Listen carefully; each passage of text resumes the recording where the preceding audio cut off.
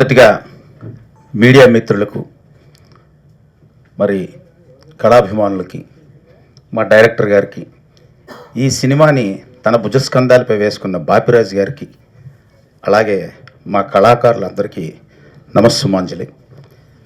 మరి మా సినిమా చిన్న మొక్కే చూసుంటారు, కానీ బలమైన మొక్క ఇది. ఈ నేటి సమాజంలో జరుగుతున్నటువంటి కూడా కళ్ళకు కట్టినట్టుగా మా ప్రసాద్ గారు ఈ సినిమాని డైరెక్ట్ చేసి పాత కొత్త కలయికలతో ఈ సినిమాని అందించారు. మీ అందరికీ తెలిసే ఉంటుంది, ఈ మధ్యకాలంలో చిన్న సినిమాలే సత్తా చూపుకుంటున్నాయి రీసెంట్గా రిలీజ్ అయిన సినిమాలు. అయితే మా డైరెక్టర్ ప్రసాద్ గారు ఇంతకుముందు బంగారు పాదం అని ఒక అద్భుతమైన చిత్రం తీశారు. అది మీ అందరూ చూసే ఉంటారు. మంచి అవార్డు లెవెల్లో ఉన్నటువంటి సినిమా. త్రుటిలో అది తప్పింది, కానీ ఒక మంచి సినిమా. ఇప్పుడు ఈ సినిమా కూడా చాలా చక్కటి చిత్రం. సమాజంలో జరుగుతున్నటువన్నీ కూడా కళ్ళకు కట్టినట్టుగా చూపించారు. ఒక సామెత ఉందండి, మన భార్యా పిల్లల్ని ఆడవాళ్ళు ఎవరో చూడకూడదు, పక్కోళ్ళ పిల్లలు మాత్రం చూడొచ్చండి మనం. అలాంటి సంఘటనలు ఈ సినిమాలో ఎన్నో కనిపిస్తాయి మీకు. అలాగే 60 ఏళ్ల దాటిన వాడు వృద్ధుడితో సమానం అంటారు. కాదండి, వాడి మనసులో కోరికలు ఉంటాయి, అన్నిటినీ కూడా ఆదరిస్తూ ఉంటాడు. అలా ఓ నలుగురు మిత్రుల మధ్య జరిగినటువంటి ఈ సినిమా. ఇలా అన్ని యాంగిల్స్లో కూడా ఈ సినిమాని చక్కగా రూపొందించారు. కాకపోతే ఇందులో కాస్టింగ్ లేదు అనే ఒక ఫీలింగ్ ఉంది. కానీ నా పేరు బుగత సత్యనారాయణ.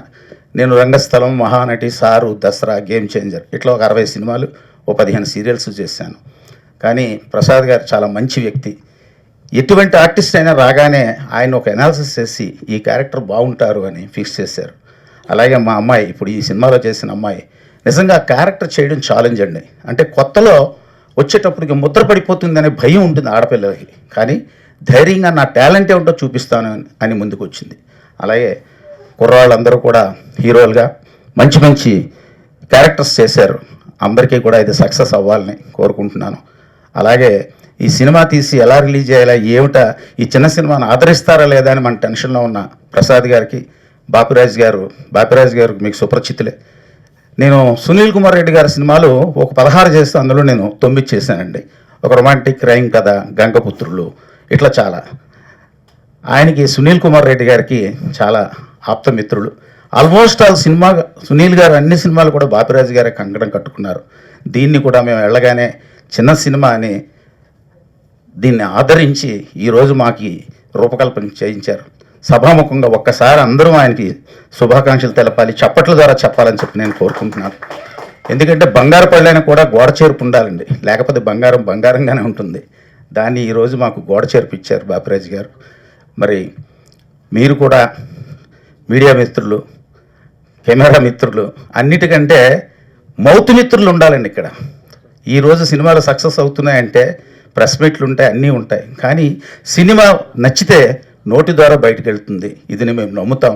ఒక సమాజంలో జరిగినటువంటి ఒక మంచి విషయాన్ని ధైర్యంగా, ఏ సర్టిఫికేట్ అన్న విషయం వదిలేయండి, కానీ ఏలోనో ఎన్నో ఉన్నాయి, దాన్ని ధైర్యంగా మా ప్రసాద్ గారు, మేము కొన్ని విషయాల్లో మేము చర్చించుకున్నప్పుడు కూడా నేను ఇలాగే తీస్తాను సినిమా, నేను ఇలాగే ప్రజలకు చూపిస్తాను అని ఏమైనా ఎడ్యుకేట్ చేసేసి అవార్డులు తీసుకోవటానికి కాదండి. ఆయన ఒక దృక్పథంతో ఒక మంచి విషయాన్ని ప్రజలకు చెప్పాలి అనే ఉద్దేశంతోనే ఈ సినిమా తీశారు. తప్పకుండా ఈ సినిమా సక్సెస్ అవ్వాలి. దయచేసి నా రిక్వెస్ట్ ఏంటంటే, చిన్న సినిమాలను ఆదరించండి. పెద్ద సినిమాలు అక్కర్లేదు, వెళ్ళిపోతాయి, కానీ ఇలాంటి మంచి సినిమాలని ఆదరించి మీరు 10 మందికి చెప్తే ఆ 10 మంది కూడా చిన్న సినిమాలు బతికిస్తాయి. ప్రఖ్యాతంగా ఎవరైనా మర్చిపోతే క్షమించండి. అలాగే మా సినిమాలో నటించినటువంటి వినయ్ వర్మ గారు, జబర్దస్త్ అర్జున్, కమలాకర్ గారు, వీళ్ళందరూ కూడా అద్భుతమైన నటులు.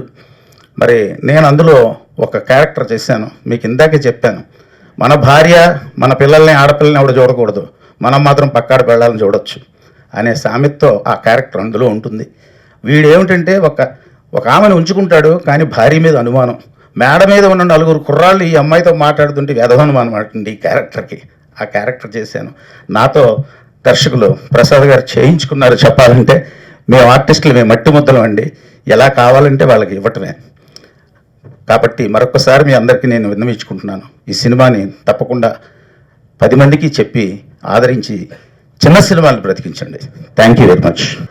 మొదటిగా వేదిక మీద ఉన్న ప్రసాద్ సార్ గారికి నాకు ఈ అవకాశం ఇచ్చినందుకు అండ్ నన్ను షూట్లో భరించిన ప్లస్ నాకు సపోర్ట్ చేసిన మా టీం మెంబర్స్ అందరికీ నా హృదయపూర్వక కృతజ్ఞతలు. అండ్ మీడియా మిత్రులందరికీ చాలా థ్యాంక్స్ మాకు సపోర్ట్ చేస్తున్నందుకు. నా గురించి చెప్పాలంటే మళ్ళీ ఇలాంటి అవకాశం ఎప్పుడు వస్తుందో చెప్పలేను. ఎందుకంటే ఇప్పట్లో హీరోయిన్స్ అంటే స్లిమ్గా తెల్లగా అది కొన్ని రిక్వైర్మెంట్స్ ఉంటాయి, కాస్టింగ్ కూడా అలాగే వస్తాయి. కానీ ఈ సినిమాలో ఏవి చూడలేదు. నాకు నా ఫ్రెండ్ నాయక్ అలియాజ్ ఉజ్వల్ అని ఒక అబ్బాయి చెప్పాడు అనమాట, చాలా హీరోయిన్ రోల్ అంటున్నావు కదా నేను ఎందుకు అన్న టైంలో, లేదు ఒక డైరెక్టర్ తనకి యాక్టింగ్ కావాలంట, స్ట్రక్చరు తెలుపు ఇదేం అవసరం లేదని ఒక్కసారి ట్రై చేయన్నారు. అప్పుడు వెళ్ళాను ప్రసాద్ సార్ దగ్గరికి, వెళ్ళి కనపడ్డాను, స్టోరీ చెప్పారు. చాలా భయం వేసింది ఫస్ట్. ఎందుకంటే విలేజ్ బ్యాక్డ్రాప్ నుంచి వచ్చిన వాళ్ళు ఎలాగుంటారో మీ అందరికీ చెప్పనవసరం లేదు ప్రత్యేకంగా. ఇది మా బాబాయ్ చూస్తే ఏమంటారో, పెదనాన్న చూస్తే ఏమంటారో అని ఫస్ట్ భయపడి వెళ్ళిపోయాను. తర్వాత డిసైడ్ అయిపోయాను, ఇక్కడికి ఎందుకు వచ్చాను, నేను నటించడానికి వచ్చా. చాలా ఆడిషన్స్కి వెళ్ళాను కదా, నల్లగున్నవని పంపించేశారు కదా, ఇక్కడ ఒక ఆఫర్ ఉంది, అందులో నీ సత్తా మాత్రమే చూపించుకోవాలని ఒక ఛాలెంజ్ ఉంది, ఎందుకు వదులుకోవాలి అని నేను మళ్ళీ ప్రసాద్ సార్ దగ్గరికి వెళ్ళాను. నేను చేస్తాను సార్ ఈ రోల్, మీకు ఎంత కావాలంటే అంత యాక్టింగ్ తీసుకోండి అని చెప్పాను. బేసిక్గా ఇంకా షూట్కి కన్ఫర్మ్ చేశారు. కానీ సార్ చెప్పారు, నువ్వు ఒక్కదానివే కదమ్మా, ఇంకా 2-3 ఉన్నారు, నువ్వు సరిగ్గా చేయకపోతే వాళ్ళు చేసుకుంటారు అని. నాకు చిన్నప్పటి నుంచి ఎవరైనా ఏదైనా లాక్కుంటారంటే భయం ఎక్కువ. సో అది ఎవరికి పోనివ్వను, నేనే చేస్తాను అని చెప్పేసి రిహార్సల్స్ వీటన్నిటిలో కూడా నేను ఎక్కడ తగ్గలేదు. అని సార్కి ఎలా కావాలంటే అలాగా ఇచ్చాను అనుకుంటున్నాను. తర్వాత వెళ్ళిపోయిన తర్వాత అక్కడికి చూస్తే ఎవరు లేరు, నేను ఒక్కదాన్నే ఉన్నాను. సో ఇది నాకున్న ప్లాట్ఫామ్, నేను ఇందులో హీరోయిన్ని, ఇది నా సినిమా అని తీసుకున్నాను. చాలా ఇందులో కొన్ని ఇంత దూరం, అఫ్కోర్స్ ఇది రిలీజ్ అయ్యాక నా పరిస్థితి కొంచెం ఇదిగా ఉన్నా పర్లేదు, ఎందుకంటే నాకు ఇష్టపడి చేశాను, నా ఛాలెంజ్గా చేశాను, నేను నటించాను, అది అర్థమైన వాళ్ళకి అర్థమవుతుంది బేసిక్గా. సో ఈ సినిమాలో కొంచెం ఇలా చేసినప్పటికీ నేను ఫుల్ సాటిస్ఫైడ్. నాకు వచ్చిన అవకాశాన్ని నేను ఉపయోగించుకున్నాను. ఇంకా సినిమా విషయానికి వస్తే ఇది 16 to 60 అందరినీ ఆకట్టుకోవడానికి సిద్ధంగా ఉన్న సినిమా. 18 ఓకే సారీ 16 కాదు, 18 to 60 అది ప్రాస బాగుందని వాడాను సార్. 18 to 60 అందరూ అంటే ఏ సర్టిఫికేట్ అనేది పక్కన పెడితే, ఏ సర్టిఫికేట్ కదా మనం చిన్నపిల్లల్ని తీసుకుపోకూడదు అనడానికి ఏం లేదు, కానీ కొన్ని ఉంటాయి. సో అందుకే మా సార్ 18 to 60 అన్నారు. ప్రాస కూడా బాగుంది సార్, 18 to 80. వీళ్ళందరూ ఏంటంటే అబ్బాయిలు అనేది, ఇందాక టీజర్ చూసేటప్పుడు కూడా నేను చాలామందిని గమనించాను, కొన్ని సీన్స్ రాగానే బాబోయ్ మామూలుగా లేదు, ఆ మిగతా సీన్స్కి ఏమో కామ్గా ఉన్నారు. అంటే మీకు కావాల్సింది అదే, అఫ్కోర్స్ అందుకే ఇప్పుడు ఇలాగే వస్తున్నాయి. సో 18 to 80 ఎవరికైనా కనెక్ట్ అయ్యే సినిమా. అండ్ 40+ వాళ్ళకైతే ఫుల్ కనెక్ట్ అవుతుంది. సో చిన్న సినిమా, మీరు చాలా సినిమాలకు వెళ్ళినప్పుడు కొంతమంది ప్రిపేర్ అయ్యి వెళ్ళరు, ఏ సినిమా ఉంటే దానికి వెళ్దాంలే అంటారు. అక్కడ మా సినిమా ఉంటే మాత్రం తప్పకుండా వెళ్ళండి, చిన్న సినిమాల్ని ఆదరించి హిట్ చేస్తారని కోరుకుంటున్నాను. Thank you so much. వేదిక ముందున్న డైరెక్టర్ ప్రసాద్ గారికి, మా డిఓపి శంకర్ గారికి అండ్ నా కో ఆర్టిస్టులకి అందరికీ నమస్కారం. నా పేరు దినేష్ పులిపాటి అండి. నాకు ఇది ప్రసాద్ గారితో సెకండ్ సినిమా.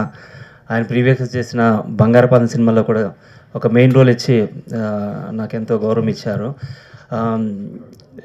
ప్రసాద్ గారి గురించి చెప్పాలంటే నిజంగా ఆయనకి సినిమా తప్పితే వేరే ఆలోచన అనేది ఉండదండి. చాలా కమిటెడ్ అనమాట. ఒక సినిమా స్టార్ట్ చేశారంటే దాన్ని ఎండ్ చేసేంత వరకు అదే ఇంటెన్సిటీతో ఉంటారు. నెక్స్ట్ పోస్ట్ ప్రొడక్షన్ దగ్గర నుంచి మరి రిలీజ్ అయ్యేంత వరకు కూడా ఆయన వేరే దేని గురించి ఆలోచించరు.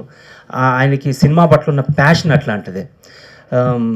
ఈ సినిమాకి మమ్మల్ని సెలెక్ట్ చేసేటప్పుడు కూడా అంత ఆషామాషిగా సెలెక్ట్ చేయలేదండి. యాక్చువల్గా అంటే ఫస్ట్ సినిమా చేసినా కానీ అందరికీ ఆడిషన్ తీసుకున్నారు. ఆడిషన్ తీసుకుని రిహార్సల్స్కి ఒకటికి కనీసం 3 బ్యాకప్ పెట్టుకున్నారు. ఈ 3లో ఎవరు బాగా చేస్తేనే వాళ్ళని ఈ క్యారెక్టర్కి తీసుకుంటామని చెప్పి చాలా ఫిల్టర్ చేసి చాలా కష్టపడి ఈ సినిమా చేశారండి. ఇంకొక విషయం ఏంటంటే అందరూ అనుకోవచ్చు కామా అండ్ డిజిటల్ సూత్రాస్ అంటే ఇదేదో ఏ సర్టిఫికేట్ సినిమా అని అనుకుంటారు. కానీ ఏంటంటే ఇది నిజంగా చెప్పాలంటే ఇది మన చుట్టుపక్కల జరిగే సినిమా. మన మన మన ఇంట్లో కానీ మన ఇంటి ఎదురు కానీ మన సరౌండింగ్స్లో ప్రస్తుతం అసలు జనాలు ఏ రకంగా ఉన్నారు, ఎట్లా ఆలోచిస్తున్నారు అనే దాని గురించి జరిగిన సినిమా చాలా ఇంట్రెస్టింగ్గా ఉంటుంది. కాబట్టి మీ అందరూ తప్పకుండా చూడాలి. చిన్న సినిమా అనే చిన్న చూపు చూడకుండా దయచేసి ఇంత కమిట్మెంట్తో చేసినందుకు మీ అందరూ ఆ సినిమాని ఆశీర్వదించాలని మనస్ఫూర్తిగా కోరుకుంటున్నాను. Thank you so much. ఎవరికి నమస్కారం పెట్టినా పెట్టకపోయినా మీడియా మిత్రుల పాదాలకు నమస్కారం చేయాలి. మీడియా మిత్రులందరికీ నా శుభాభివందనాలు, నా పాదాభివందనాలు. ఎందుకు చెప్పానంటే సినిమా బతకాలి అంటే ఆడియన్స్ దగ్గరికి వెళ్ళాలి. ఆడియన్స్ చూడాలి అంటే మీడియా మిత్రులు ఉండాలి. మీడియా మిత్రులు లేకపోతే సినిమా ఆడియన్స్ దగ్గరికి వెళ్ళదు. సినిమా ఆడియన్స్ దగ్గరికి వెళ్ళకపోతే ఆడియన్స్ చూడరు. ఆడియన్స్ చూడకపోతే సినిమా ఫెయిల్ అవుతుంది. సినిమా ఫెయిల్ అయింది అని అంటే ప్రొడ్యూసర్ ఇంకో సినిమా తీయడు. ప్రొడ్యూసర్ ఇంకో సినిమా తీయకపోతే నాలాంటి ఆర్టిస్టులు అందరూ కూడా రోడ్డు పడతాం. నాలాంటి ఆర్టిస్టులే కాదు, ఈ సినిమాను నమ్ముకున్న 24 క్రాఫ్ట్లు కనీసం ఒక 100 మంది జీవితాలు బాగుపడతాయి. మనం ఎన్నో ఖర్చు పెడుతూ ఉంటాం, ఎన్నో చేస్తుంటాం. ప్రతిరోజు కూడా ఓ సిగరెట్ కాలుస్తాం, ఓ టీ తాగుతాం, మందు తాగుతాం, అన్ని తాగుతాం. కానీ ప్రతి వారం మీ అందరూ కూడా చిన్న సినిమాలను కాకుండా పెద్ద సినిమాలు కాకుండా ప్రతి సినిమాని ప్రోత్సహిస్తారు, ప్రతి సినిమాని చూస్తారు. అలాగే దయచేసి చిన్న సినిమాలని చూడండి, చిన్న సినిమాలను ఆదరించండి. చిన్న సినిమాలను ఆదరించి చిన్న సినిమాలను కనుక చూసినట్టుగైతే ఆ ప్రొడ్యూసర్కి పెట్టిన డబ్బులు వచ్చినా ఇంకో సినిమా తీస్తాడు. ఇంకో సినిమా తీస్తే 100 మంది కుటుంబాలు బాగుంటాయి. అంటే మీరు కొన్న టికెట్ ఒక్క దాంతో కొన్ని వందల కుటుంబాలు భోజనం చేస్తాయి. కాబట్టి నేను పబ్లిక్ చెప్పే విషయం ఇదొక్కటే. మీడియా మిత్రులు కూడా ఈ సినిమాని పబ్లిక్లోకి తీసుకెళ్ళాలని చెప్పి మనస్ఫూర్తిగా కోరుకుంటున్నాను. ఇంకా సినిమా విషయానికి వస్తే మా ప్రసాద్ గారు ఎంత కష్టపడారో నాకు తెలుసు. ఇక్కడే మణికొండలోని ఆడిషన్స్ పెట్టారు. ఎవరో మా ఫ్రెండ్ చెప్పారు, ప్రసాద్ గారు సినిమా తీస్తున్నారు, ఒక్కసారి మీరు వెళ్ళి కలవండి సార్ అన్నారు. నేను అప్పుడు షూటింగ్ చేసుకుంటూ సాయంకాలం ఆయన దగ్గరికి వెళ్తే ఆయన ఒక సీన్ ఇచ్చారు. ఈ సీన్ ఒకసారి చదవండి జోగారావు గారు అన్నారు. నేను చదివాను ఆ సీన్ని. ఓన్ చేసుకోండి సార్ అన్నారు. ఓన్ చేసుకున్నా. ఒక్కసారి డైలాగ్ చెప్పండి సార్ అన్నారు. డైలాగ్ చెప్పా. ఈ సీన్ మీరు తప్ప ఇంకెవరు చేయరు సార్ అన్నారు. ఈ సినిమాలో క్యారెక్టర్ మీరే చేస్తారు సార్ అని చెప్పి నాకు భరోసా ఇచ్చారు ఆయన. నేను ఇప్పటిదాకా 20 సినిమాల దాకా చేశా. ఈ నెలలోనే, ఈ సంవత్సరంలోనే నాకు 5 ఈ సినిమాతో కలిపి 5 సినిమాలు రిలీజ్ అయ్యి, ఒక 4 వెబ్ సిరీస్లు రిలీజ్ అయ్యి, ఇప్పుడు కూడా షూటింగ్ నుంచి వస్తున్నా. బాబు మోహన్ గారి కాంబినేషన్, రవిజయ్ గారి కాంబినేషన్లో చేసుకుని వస్తున్నా. డాకు మహారాజ్ సంక్రాంతికి ఫస్ట్ బాలకృష్ణ గారి ఎలివేషన్ సీను, ఆ తర్వాత మజాకా, మొన్న the great pre wedding show father character చేశా, మంచి నేమ్ వచ్చింది. అలాగే మొన్న 28వ తారీఖున ఖైదు సినిమా రిలీజ్ అయింది. అలాగే రేపు 12వ తారీఖుని మా సినిమా రిలీజ్ అవుతుంది, కామాద డిజిటల్ సూత్రాస్. ఆ సినిమాని మీరు అందరూ ఆశీర్వదించి మమ్మల్ని కూడా మీలో కలుపుకుంటారని చెప్పి మనస్ఫూర్తిగా కోరుకుంటున్నాను. అలాగే ఎన్హెచ్ ప్రసాద్ గారు చెప్పిన ఈ క్యారెక్టర్ మీరే చేస్తారని చాలా సంతోషించాను. ఆయన షూటింగ్ డేట్లు చెప్పారు, పలానా వెళ్ళాం. చక్కగా నిజంగా ఎంతోమంది డైరెక్టర్ని చూసిన తప్ప కానీ ప్రసాద్ గారి టేస్ట్, ప్రసాద్ గారి ఆలోచన, దానికి సహకరించిన డిఓపి గారు, మా డిఓపి గారు చక్కగా చిత్రీకరించారు. ఇదే చెయ్యాలి అనేవారు ఆయన. ప్రసాద్ గారు ఇలాగే నాకు కావాలి, ఇలాగే చేయాలని చెప్పేవారు, అలాగే చేసేవాళ్ళం. అది వచ్చిందాకా అది ఎన్ని టేక్లైనా ఆయన తీసుకునేవారు. ఆయనకు మనసులోకి ఏమొస్తే అది మాత్రమే ఆయనకు కావాలి.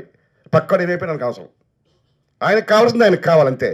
అది 10 టేకులు కావచ్చు, 20. ఒకే ఒక సీన్ గురించి చెప్పాల్సిన పరిస్థితి మీకు ఏర్పడుతుంది. నాకు నా వైఫ్కి సీను నేను తాగేసి ఇంటికి వస్తాను, చిన్న రూము, ఆ రూములో అంటే ఇక్కడ ఆ క్యారెక్టర్ గురించి రివీల్ చేయట్లా, కానీ అమ్మాయి, నా కూతురు, నా భార్య, నేను ఆ సీన్లోని ట్రైలర్ చూసారా? మా ముగ్గురికి కొట్లాట, నా భార్యకి, నాకు, నా కూతురికి ముగ్గురికి కొట్లాట విషయం ఉంది అక్కడ. చిన్న రూము, డిఓపి ఎంత కష్టపడ్డాడో నాకు తెలుసు, సినిమా కోసం ఎంత కష్టపడ్డాడో నాకు తెలుసు. డైరెక్టర్ గారు ఇదే రూమ్ ఇక్కడే చేయాలి, కెమెరా తిరగదు, ఒకటే షాట్ పెట్టి అక్కడ చేశారండి ఆ సీన్ని. నాకు తెలిసి నా జీవితంలో అన్ని టేకులు ఎప్పుడు చేయలేదు, అది నా తప్పు కాదనుకుంటుంది, వేరే సంగతి. సుమారుగా 9 టేకులు పడింది, complete first dialogue to ending dialogue దాకా ఎక్కడ ప్రాంప్టింగ్ లేకుండా, ఎక్కడ ఆకుండా సీన్ చేయడం జరిగింది. అప్పుడు నేను చాలా ఇబ్బందులు కూడా పడ్డా, నా వైఫ్ నాకు గోర్లతో బక్రీడు ఇవన్నీ కూడా చాలా ఇబ్బందులు పడ్డా. ఆమె నిజంగా జీవించింది నటనలోనే, ఆమె నటించట్లా జీవిస్తుంది ఆమె. అది నేను నా జీవితంలో మర్చిపోలేదు సీను. ఈ అమ్మాయి కూడా చాలా కోఆపరేట్ చేసింది, చాలా బాగా చేసింది క్యారెక్టర్. ఆ అమ్మాయికి నేను ఆ సైకిల్ మీద తిరుగుతున్నప్పుడు, వెళ్ళిపోతున్నప్పుడు, వస్తున్నప్పుడు కూడా ఈ అమ్మాయిని కూడా మీరు అందరూ ఆశీర్వదించండి. అలాగే ఈ కుర్రాడు కూడా చాలా బ్రహ్మాండంగా చేశాడు, మనవాడు శ్రీకాంత్, అందులో విలన్ క్యారెక్టర్ ఆయన కూడా బ్రహ్మాండంగా చేశాడు. నిజంగా ఇలాంటి చిన్న సినిమాలు పైకి రావడం కష్టం, ఇది వాస్తవం, అది మీకు కూడా తెలుసు, నాకు కూడా తెలుసు. కానీ ఈ సినిమాలు పైకి వస్తే బాగుంటుందని నా ఉద్దేశం. కాబట్టి మా ఈ చిన్న సినిమాని మీరు ప్రేక్షకులు తీసుకెళ్ళి, ప్రేక్షకులు ఆదరించి, మా ప్రొడ్యూసర్ గారికి పెట్టిన డబ్బులు వచ్చి దాంతో ఇంకా సినిమా తీసి మమ్మల్ని అందరినీ కూడా ముందుకు తేవాలని మనస్ఫూర్తిగా మీ అందరికీ కోరుకుంటూ, ప్రేమతో మీ Jogarao. Thank you very much. ఇక్కడ చాలా తక్కువ మంది ఉన్నా సరే ఎంతో కాన్ఫిడెంట్గా మా టీం చాలా బాగా మాట్లాడుతూ ఉంది. అది ఎందుకు మాట్లాడుతూ ఉంది అనేది నాకు అర్థమవుతోంది. చాలా అంటే చాలా తక్కువ మంది. కొన్ని సినిమాలకి ఎంతమంది వస్తారంటే ఎక్స్పెక్ట్ చేయలేం. థియేటర్స్ అంటే తీసుకున్న ప్లేస్లు కూడా చాలా టైట్గా ఉంటాయి అన్నమాట, బయటకి చాలామంది వెయిట్ చేస్తూ ఉంటారు. అటువంటిది ఎంత నమ్మకంగా ఈ సినిమాని చేయడానికి నిర్మాత, దర్శకుడు, రచయిత, చిన్నప్పటి నుంచి తను ఎన్ని కళలు గలనాడో నాకు తెలీదు, బట్ ఫస్ట్ టైం చాలామంది డైరెక్టర్ దగ్గరికి వెళ్ళి ఆఫర్ల కోసం అడుగుతుంటాం, సినిమాటోగ్రాఫర్ నాకు ఒక అవకాశం ఇవ్వండి, ట్రై చేస్తున్నాను సార్, నేను కూడా ఈ విధంగా జేఎన్టీలో చదువుకున్నామని అడుగుతుంటాం. రెఫర్ చేశారు, పలానా చోట ఒక డైరెక్టర్ ఉన్నారండి, పూనాలో చదువుకున్నారు, ఆయన FTI కంప్లీట్ అయింది అనేసరికి నాకేమనిపించిందంటే, యంగ్ ఏమో, అరే భలే జాక్పట్ తగిలింది అని. సినిమాటోగ్రాఫర్కి ఏముంటుంది, ఇండియాలోనే టాప్ మోస్ట్ ఇన్స్టిట్యూట్ పూనా, అక్కడ ఫిలిం కోర్స్ చేయడం డైరెక్షన్లో. సరే సినిమాటోగ్రాఫర్కి కావాల్సింది కూడా అటువంటి బాగా నిష్ణాతం ఉన్నటువంటి వ్యక్తులే కావాలి. సరే నేను ట్రై చేశా, వెళ్ళి వెయిట్ చేసాం. ఎంతసేపటికి అక్కడ ఎవరు కనిపించటల్లా నాకు, ఎంటీ హాల్ అంతా. ఇంట్లో ఒక పెద్ద ఆయన వచ్చి వాటర్ తాగుతారా అన్నారు. వాటర్ కదా సార్, ఇక్కడ డైరెక్టర్ అంట, నేను చాలా ఆఫీసులు తిరుగుతుంటాము సినిమాటోగ్రాఫర్ ఆఫర్ల కోసం అటు ఇటుగా, సో ఆ డైరెక్టర్ కోసం వచ్చాను, నాకు దాహంగా ఉంది, బట్ డైరెక్టర్ని కలిసిన తర్వాత నేను మళ్ళీ వాటర్ అవుతానండి అన్న. ఆయన డైరెక్టర్ నేనే అని తను చెప్పాడు. నాకేం అర్థం కాలేదు, ఈ ఏజ్లో డైరెక్షన్ చేస్తారా, లేకపోతే పరిస్థితుల ప్రభావమా, లేకపోతే ఏదో తీరని కోరికలా అని నాకు డౌట్ వచ్చింది. సరే ఆఫర్ రావడం అనేది ఇంపార్టెంట్. సరే నేను ఒక 2-3 మినిట్స్ ఏం మాట్లాడాల, ఆయన ఏదో మాట్లాడుతున్నాడు, గమనిస్తున్నాను నేను, ఏదో తనకున్న కోరికలన్నీ చెప్తున్నాడు. బట్ ఆ కోరికలన్నీ ఎలా ఉన్నాయంటే, చిన్నపిల్లలు ఉంటారు కదా, ఇంకంతే, చిన్నపిల్లలు చెప్పింది వినాలంతే. మనం క్వశ్చన్ చేస్తే ఎలా ఉంటుందంటే, వాళ్ళు అల్లరి చేస్తారు. ఎంత అల్లరి చేస్తారంటే ఇంకా మనం దానికి ఆన్సర్ కూడా చేయలేం. అంటే వాళ్ళు అలిగితే ఎంత ప్రమాదమో అన్న విషయం మీ అందరికి తెలిసే ఉంటుంది. సో అటువంటి సిచ్యువేషన్లో నేను అతనితో ట్రావెల్ అవ్వడం మొదలైంది. ఎంత దూరం మొదలైందంటే, చివరికి తల్లిదండ్రుల తర్వాత గురువుల తర్వాత పనే దైవంగా పూజించేటువంటి మన భారతదేశంలో నాకు మా తల్లిదండ్రులు నేర్పించింది ఏంటంటే పని ఎవరైతే ఇస్తారో వాళ్ళని ఎంతో గౌరవించాలి. ఎంత గౌరవించాలంటే, గౌరవం అంటే దాని అర్థం ఏదో మాట బయటకు వచ్చింది కానీ చెప్పడం కాదు. మనస్ఫూర్తిగా త్రికరణ శుద్ధిగా మనం మాట్లాడి వాళ్ళకి ఏం కోరుకున్నారో చేయగలగాలి. అది నేను చేశానని నేను అనుకుంటున్నా. బట్ ఈ సినిమా ఈ కథ చెప్పే విధానము మరి ఆయనకి చిన్నప్పటి నుంచి ఆ పొయిటిక్ సెన్స్ ఉండడమో, లేకపోతే ఏదో రకరకాలైనటువంటి ఆలోచనలు ఉన్నాయి. మనం ఒక చిన్న పేపర్ తీసుకొని మనకి డ్రాయింగ్ రాకపోయినా సరే డ్రాయింగ్ ట్రై చేస్తాం, ఇలా వేద్దామా అలా వేద్దామని. ఫైనల్గా ఒక అవుట్పుట్ వస్తుంది, దాన్ని చూసి మనం సంతోషపడతాం. దాన్ని మన తల్లిదండ్రులకు చూపించామనుకో చాలా అద్భుతంగా ఉందని అంటారు. ఇక్కడ తల్లిదండ్రులు అనే మాట నేను ఎందుకు సంబోధిస్తున్నానంటే, ఆడియన్స్ ఇది ఏదో ఫ్రీగా చేసింది కాదు. తన డబ్బు, తన యొక్క టైం, తను ఆ వయసులో ఇంత డబ్బు ఖర్చు పెట్టి ఒక సినిమా కోసం చేయడం అనేది నాకు తెలిసినంత వరకు కొద్దిగా ఇబ్బందికరమైన విషయం. నేనైతే చేయలేను ఆ వయసులో, ఏది అంత డే స్టెప్ అయితే నేను తీసుకోలేను. బట్ ఆయన తీసుకున్నాడు. నేను అందులోనే ఏం కోరుకుంటున్నానంటే, తను ఏదైతే ఖర్చు పెట్టాడో, తను ఏదైతే సంతోషం కోసం ఏదైతే చేశాడో అది ఖచ్చితంగా తిరిగి వస్తుందనేది నేను ఈ నేచర్ని కోరుకుంటున్నాను. అలానే మీడియా మిత్రులు కూడా నేను కోరుకుంటున్నాను. ఈ ఆడియన్స్ని కూడా చెప్పాలి అన్న ఉద్దేశంలో నేను చెప్తున్నాను. ఒక టెక్నీషియన్గా, టెక్నీషియన్ అంటారు కానీ ఒక డైరెక్టర్తో ట్రావెల్ అయ్యేటప్పుడు ఆ సినిమా పూర్తి అయ్యేసరికి ఎంతో బాధలు ఉంటాయనేది సినిమా ప్రపంచంలో ప్రతి టెక్నీషియన్కి తెలుసు. ఆ ఉద్దేశంతోనే నేను రిక్వెస్ట్ చేస్తున్నాను. ఖచ్చితంగా తను హ్యాపీగా ఉండే విధంగా మంచి రిజల్ట్స్ రావాలనేదే నేను మనస్ఫూర్తిగా కోరుకుంటానండి. కొలీగ్ చెప్పినట్టుగా నేను పూనా ఫిల్మ్ ఇన్స్టిట్యూట్లో డైరెక్షన్ చేశాను ఎన్నో సంవత్సరాల ముందు. దాని తర్వాత చాలా లాంగ్ గ్యాప్ వచ్చింది కొన్ని పర్సనల్ రీజన్స్ వల్ల. ఎన్నో సంవత్సరాల తర్వాత రంగంలోకి దిగి పెద్ద వయసులోనే బంగారు పాదం అన్నది సినిమా టేకప్ చేసి విజయవంతంగా రిలీజ్ వరకు కూడా చేసాం. దురదృష్టంగా అది పబ్లిసిటీకి అది కొన్ని మా లిమిటేషన్స్, చిన్న ప్రొడ్యూసర్స్కి ఉన్న లిమిటేషన్స్ గురించి మేము దాన్ని ప్రమోట్ చేయలేకపోయాం. అదే సమస్య 10 సంవత్సరాల తర్వాత ఇప్పుడు కూడా నేను ఫేస్ చేసే సిచ్యువేషన్ వచ్చింది. కానీ పరిస్థితి తెలుగు ఇండస్ట్రీలో, తెలుగు ఫిల్మ్ వరల్డ్లో మారుతుందేమో అన్న ఒక ఆశ. అది ఏది ఎలాగున్నా కూడా నాలాంటి వ్యక్తి ఎన్నో సంవత్సరాల తర్వాత ఒక సినిమా తీయాలి అనే కోరిక, ఆ పట్టుదల, ఆ ధైర్యం, ఇవన్నీ ఈ వయసులో ఉండటం అన్నది చాలామంది నమ్మరు. కానీ అది నేను ధైర్యం చేసి నాకు ఎలా తీయాలనుకున్నానో అలాగే కాంప్రమైజ్ అవ్వకుండా ఆ చిన్న బడ్జెట్లో ఎంత క్వాలిటీ సినిమా ఇవ్వాలన్నదే నా తపన. అది దేవుడి దయ వల్ల ఆడియన్స్ అందుకుంటే నాకు అది పరమానందం, సంతోషం.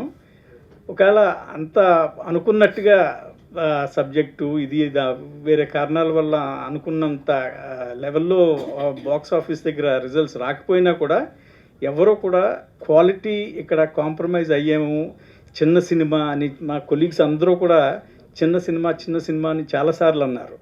నాకు చిన్న సినిమా పెద్ద సినిమా కాదు, మంచి సినిమా చెడు సినిమా అంటే అన్ఇంట్రెస్టింగ్ సినిమా అన్నదే నాకు అది ముఖ్యం. నేను ధైర్యంగా చెప్పగలను, ఇది తెలుగు సినిమాల్లోనే కాదు చాలా భాషల్లో పోల్చినా కూడా మంచి సినిమాల్లో ఒకటి నేను ఖచ్చితంగా తీశాను, సాధించాను అన్న ఆ కాన్ఫిడెన్స్ నాకైతే ఉంది. అదే నా స్ట్రెంగ్త్. అది ఇంకోటి ఏంటంటే అండి, ఇక్కడ సబ్జెక్టు థీము కొంచెం అడల్ట్ సబ్జెక్ట్ తీసుకున్నాను. ఆ సబ్జెక్ట్ గురించి ఇప్పుడు మీరు ట్రైలర్ అప్పుడు కూడా కొలీగ్ చెప్పినట్టు కొంచెం హాస్యంగా, కొంచెం ఏదో ఇదిగా నవ్వుతాలు అది వినిపించింది నాకు. అది తప్పు పట్టను, ఎందుకంటే కొంచెం చూశారు మీ ఆ టైటిల్ని బట్టి ఏదో మీ ఊహా జ్ఞానంలో ఏదో అనుకుంటున్నారు.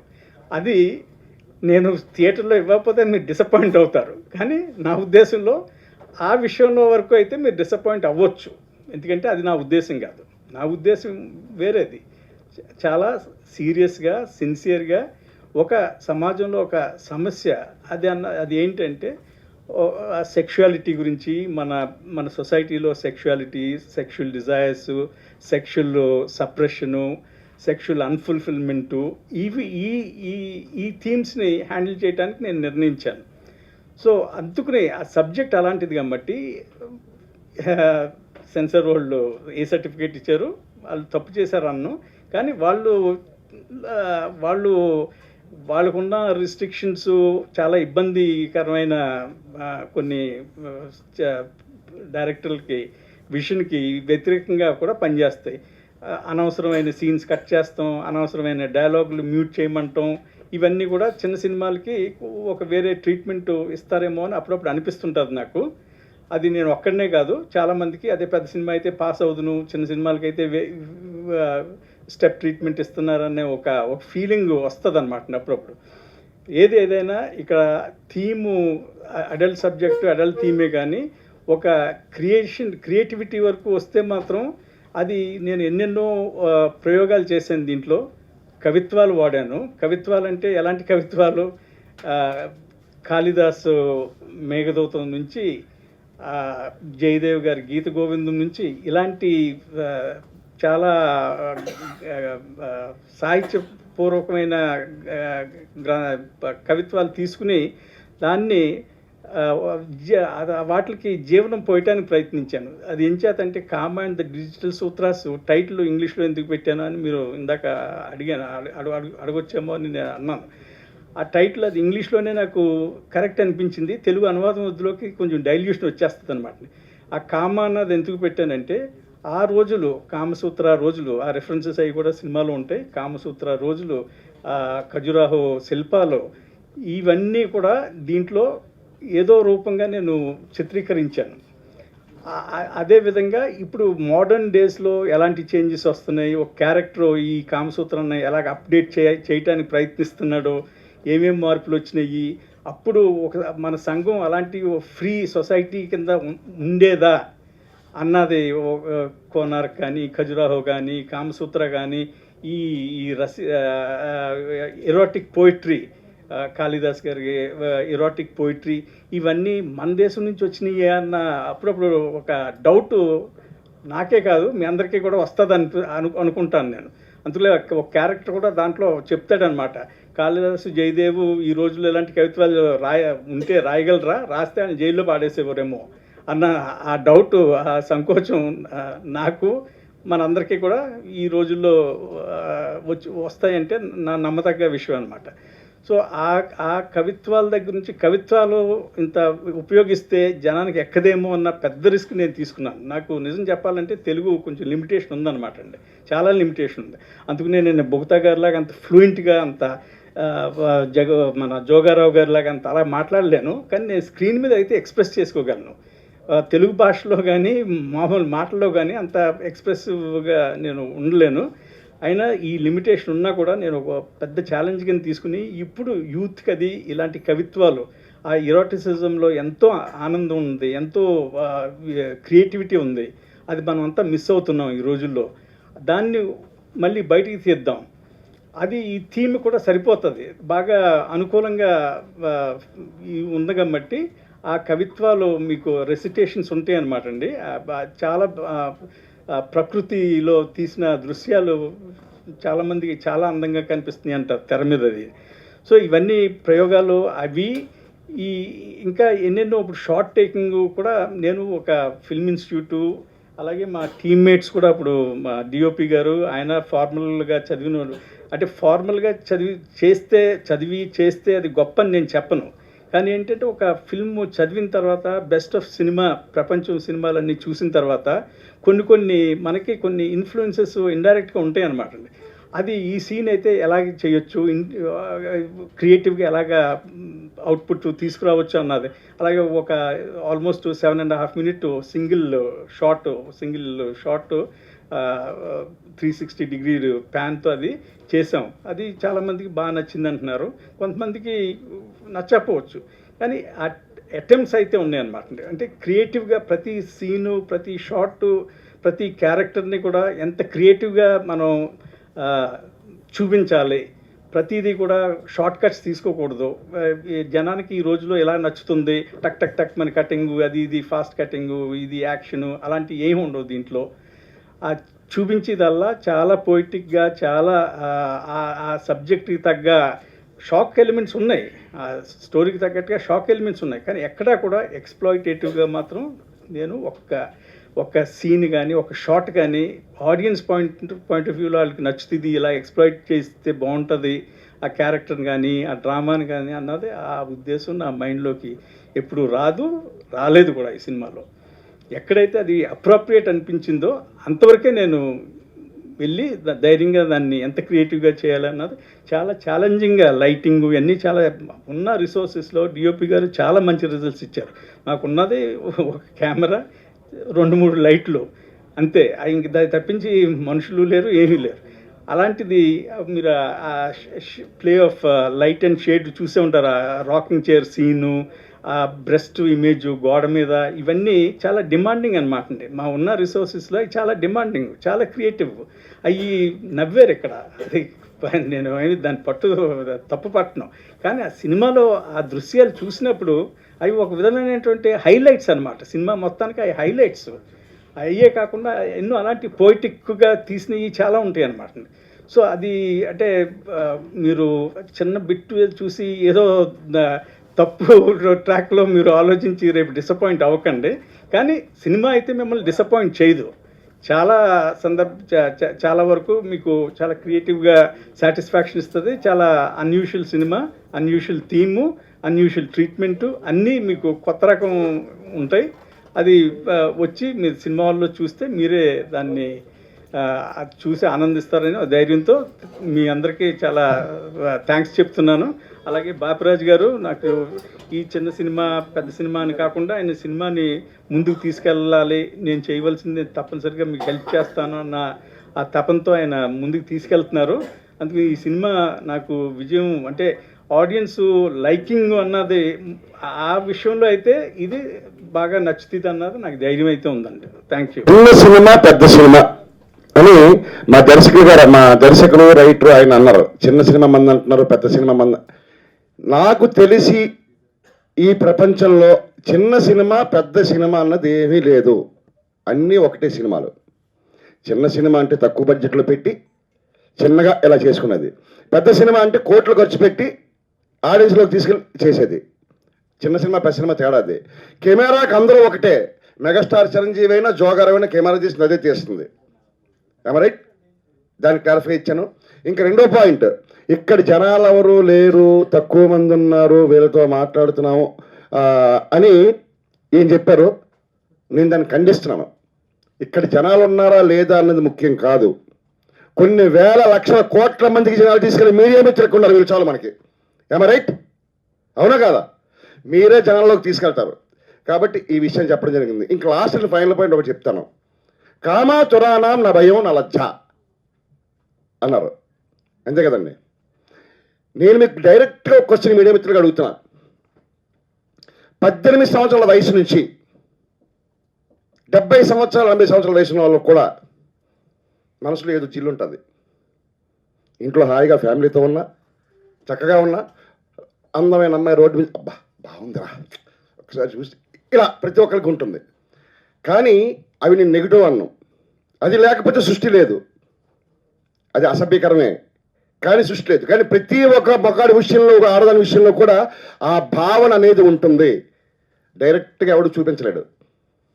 కానీ ఆ భావాలు ఎలా ఉంటాయి అన్న విషయాన్ని మా డైరెక్టర్ గారు హృదయాంతరాంతరంలోంచి ప్రతి ఒక్కరికి చూపించడం జరిగింది. ఇది సత్యం, ఇది సత్యం. ఇది ఏమంటే ప్రతి ఒక్కరికి ఉంటుంది మనసులో. ఒక ఆంటీ అబ్బా చాలా బాగుంది ఆంటీ అని ప్రతి ఒక్కరు మాట్లాడు, కానీ ఎవ్వరూ బయటపడరు. అందరూ శుద్ధపోసలే. కానీ వాళ్ళ మనసుని ప్రశ్నిస్తే వాళ్ళ మాత్రం చేయగలుగుతారు. కాబట్టి ఈ 3 క్వశ్చన్లు చెప్పడం జరిగింది. సినిమా బాగుంటుంది, అందరూ చూడండి. Thank you very much. ముగ్గురులో ఒక ఆయన చాలా మంచి పర్ఫార్మెన్స్, మంచి రోలు, మంచి క్యారెక్టరు. కరీంనగర్ నుంచి ఆయన. అందరికి నమస్కారం అండి, మీడియా మిత్రులందరికీ నమస్కారాలు. నేను ఇందులో మల్లేష్ అనే క్యారెక్టర్ చేశాను. సో చాలా హ్యాపీగా ఉంది. ఇప్పుడు December 12th రిలీజ్ అవుతుంది. So thank you so much. నా కుటుంబ సభ్యులైనటువంటి మీడియా మిత్రులందరికీ నా హృదయపూర్వక నమస్కారాలు. మీరందరూ లేకపోతే నేను లేను. ఈ రోజుకి ఈ ముద్ద తింటున్నానంటే దానికి కారణం మీరే. ఎప్పుడూ కూడా నిద్దట్లో మిమ్మల్ని తలుసుకుని పడుకుంటాను, ఉదయం లేచిన వెంటనే మిమ్మల్నే తలుస్తాను అంటే ఇదేదో గాలి మాటలు లేకపోతే ఏదో పై మాటలు మాత్రం కాదు, హృదయం నుంచి వస్తున్నదే. మనకి జాక్పాట్ తగలట్లే. నాకు ఒక జాక్పాట్ తగిలితే అది డెఫినెట్గా మనందరం షేరింగ్ చేసుకుంటాం. ఒక పండు కాస్తే ఆ పండును ముక్కలు చేసుకోవాలన్నదే నా ఉద్దేశం. కాకపోతే ఏంటంటే ఇంతకంటే ఎక్కువ నేను మాట్లాడలేను. ఇకపోతే ఈ సినిమా గురించి ఒక చిన్న విషయం చెప్తాను. ఆ ఏజ్లో డైరెక్టర్ గారు ఎంతో కష్టపడి ఆయనకున్న తక్కువ విత్తనాల్లో అద్భుతంగా ఈ సినిమాని చిత్రీకరించారు. ఈ సినిమాని నేను చూసి నాకు సినిమా బాగా నచ్చే ఈ సినిమా చేయడం జరుగుతుంది. ఇప్పుడు అభయ కేసులో మనం వాళ్ళని చంపేయాలి, రెక్కేయాలి, పొడిసేయాలి, చంపేశారు. లేకపోతే ఎక్కడో తాతారావో లేకపోతే ఇంకొకడెవడో ఈస్ట్ గోదావరిలో. అసలు ఇంట్లో ఉంటున్న వాళ్ళని మనం ఏం చేయగలుగుతున్నాం? ఈదులో ఉన్నవాడిని మనం పట్టుకోగలుగుతున్నాం, వాడిని చంపేయడానికి మనం గట్టిగా అరుస్తూ కేకలేస్తూ వాడిని పట్టిస్తున్నాం. కానీ ఇంట్లో ఉన్న ఈ విద్రోహులను మనం ఏం చేయగలుగుతున్నాం? ముందు అసలు వీళ్ళని కదా, ఒక మామ, ఒక బాబాయ్, ఒక నాన్న, ఏంటి ఈ సమాజం? అలాంటి పాయింట్ మీద గురువుగారు ఒక అద్భుతంగా ఈ సినిమాని తీయటం జరిగింది. ఆ పాయింట్ నాకు బాగా నచ్చింది. ఇది డెఫినెట్గా సినిమా రిలీజ్ అయిన తర్వాత ప్రతి వాళ్ళకి అర్థం అవుద్ది. ఇకపోతే గోడ అన్నారు కానీ నేను గోడ కాదు. ఆయన సినిమా లేకపోతే నేను ఎక్కడున్నాను? ఆయన సినిమా ఉంది కాబట్టే నేను మీ ముందుకి వచ్చి మాట్లాడగలుగుతున్నాను. వారికి ఈ అవకాశం ఇచ్చినందుకు వారికి నేను ప్రత్యేక ధన్యవాదాలు తెలియజేసుకుంటూ మరొక్కసారి మీ అందరికీ నా హృదయపూర్వక కృతజ్ఞతలు తెలియజేసుకుంటున్నాను. Thank you.